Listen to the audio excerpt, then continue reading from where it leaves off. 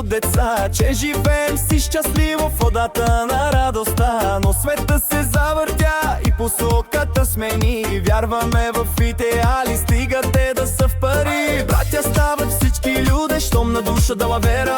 Всеки гледа да открадне, всеки търси с химера и запява: тигре, тигре, имаш ли пари сега? В тази джунгла от бетона, в тази вечна суета. О, каква е тази мода, в тази странна свобода. Вече пеем друга ода, одата на пошлостта. Златото заслепява очите, съвестта е в калта. Тук се кланяме на кича, водата на пошлостта. Ритъмът ни удря силно, ключека е закон. Всеки иска да е цар, да заседне върху трон.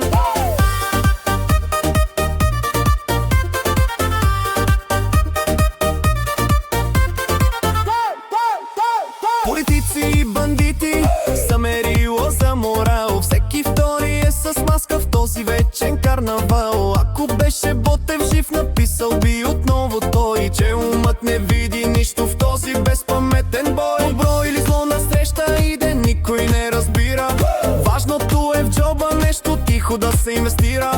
Силикон и ефтин блясък, празни думи и лъжи. Това е нашата реалност, виж как всичко натежи.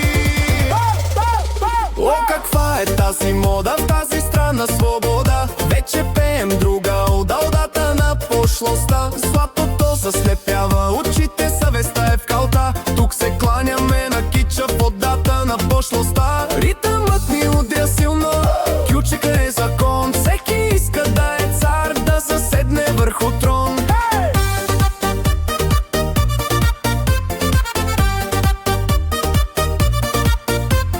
Скъпи коли и бързи срещи, всичко е за продан тук. Честността е демоде, заменяме я с буклук. Наистина живеем в вода, но не на радостта, а в една бездънна яма, водата на пошлостта.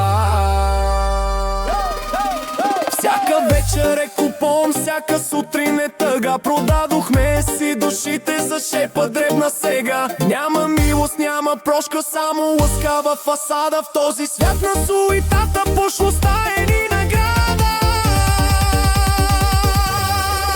О, каква е тази мода, в тази странна свобода. Вече пеем друга ода, одата на пошлостта. Златото заслепява очите, съвестта е в калта. Тук се кланя